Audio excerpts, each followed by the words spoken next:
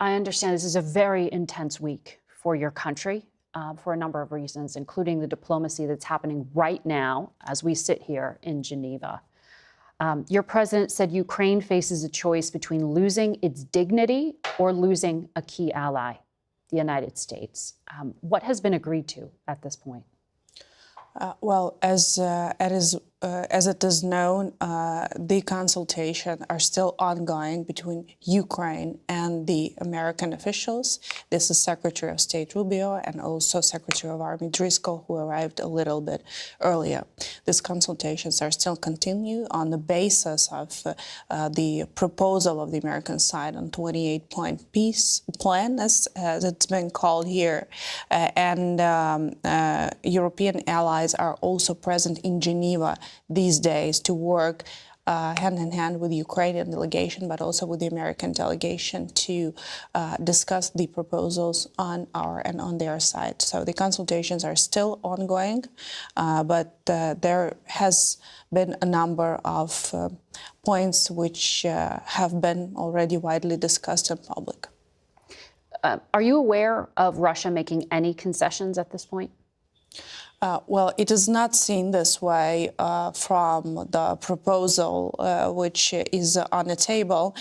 In fact, none of the points are actually related to forcing anything on the Russian side. Of course, it's recognized that it is aggression. There is a number of points related to return of hostages and prisoners of war of a humanitarian nation. But this is definitely not about the justice. This plan is not about the justice and the truth of this war and the aggression. It's about, ending the war and stopping the military engagements.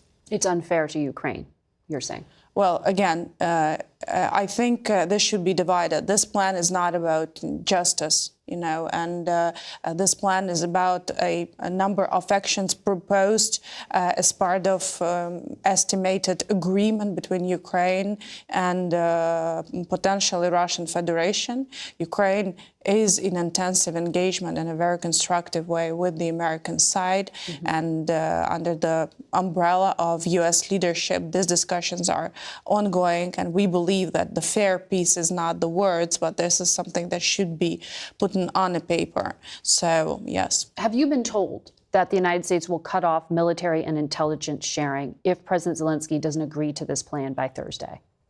I think it's totally unfair to American colleagues and partners to quote these or that statements which were done in course of various meetings and phone calls. There was quite a few. We had a first senior military visit to Ukraine by Secretary of Army Driscoll since we gained the independence in 1991, and I had a meeting with him as well here in Washington, and his role is extremely clear to us. We also had an engagement between President and Vice President on a phone call. There was like a lot of discussions. Some of them were more emotional, some of them were less emotional. But here we are sitting together and looking for a solution to end the war. And Russia is not part of this process formally.